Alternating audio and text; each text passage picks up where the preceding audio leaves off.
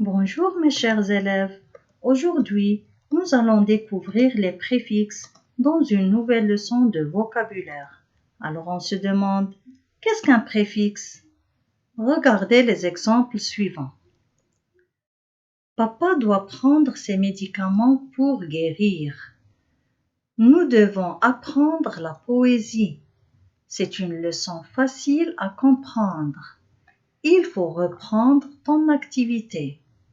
Alors, qu'est-ce que vous remarquez dans ces phrases?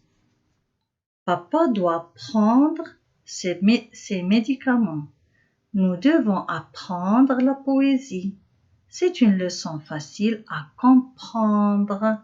Il faut reprendre ton activité. Qu'est-ce que vous remarquez? Oui, bien sûr, prendre se répète dans toutes les phrases.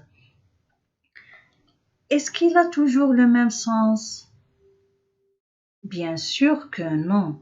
Le verbe prendre se répète, oui, mais il n'a pas toujours le même sens. Son sens change d'une phrase à l'autre. Pourquoi, à votre avis, il a changé de sens? Très bien. On a ajouté quelques lettres au début qui ont changé le sens du verbe prendre. Bravo. Alors, ces lettres qu'on a ajoutées s'appellent des préfixes.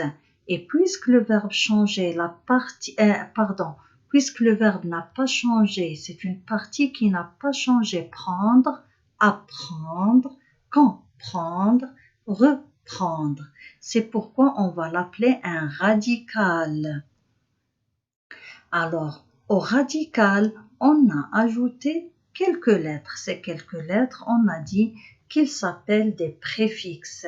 Ils n'ont pas changé la nature du verbe. Il est toujours un verbe. Mais le sens, lui, il a changé. Alors, le mot préfixe, on peut le découper et on va trouver qu'il est composé de deux parties. Alors, pré, ça veut dire avant.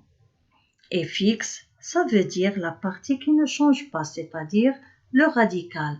Donc, préfixe, ce sont des lettres qu'on ajoute au début, avant le radical. C'est bien clair? Alors, regardez maintenant les exemples. Brancher. Vous voyez, c'est un verbe.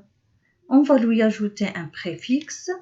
Il va changer le sens, mais il reste toujours un verbe.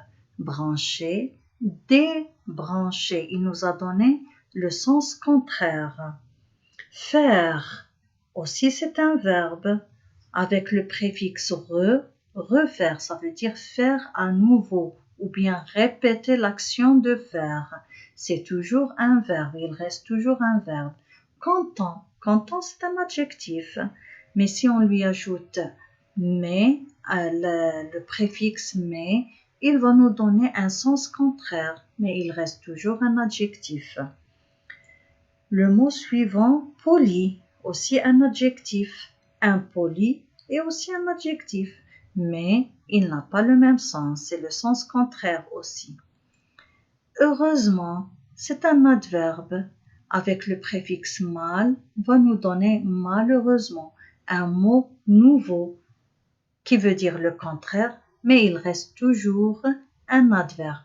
Alors, comme vous voyez, le préfixe change le sens d'un mot, mais pas sa nature. Ça veut dire qu'il ne change pas la nature d'un mot. Les préfixes sont nombreux, d'accord? On ne peut pas les citer tous, mais je vais vous donner quelques exemples. Alors, il y a ceux qui indiquent la répétition. Si on utilise le préfixe re, ça veut dire refaire une autre fois, ou bien faire une autre fois, ou bien répéter tout simplement, relire, refaire, et ainsi de suite.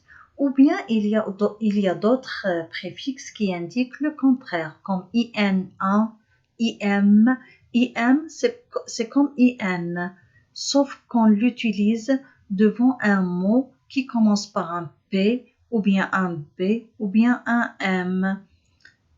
Il, ir. Alors les mots, ou bien les exemples que je vous ai donnés, invisible, imprévu, Vous voyez, devant un P, IN devient IM. Imprévu, illisible, irréel. Alors, comme je vous ai dit, les préfixes sont nombreux. Vous allez les découvrir en s'exerçant. Alors voilà pour aujourd'hui. Je vous souhaite bonne chance et au revoir.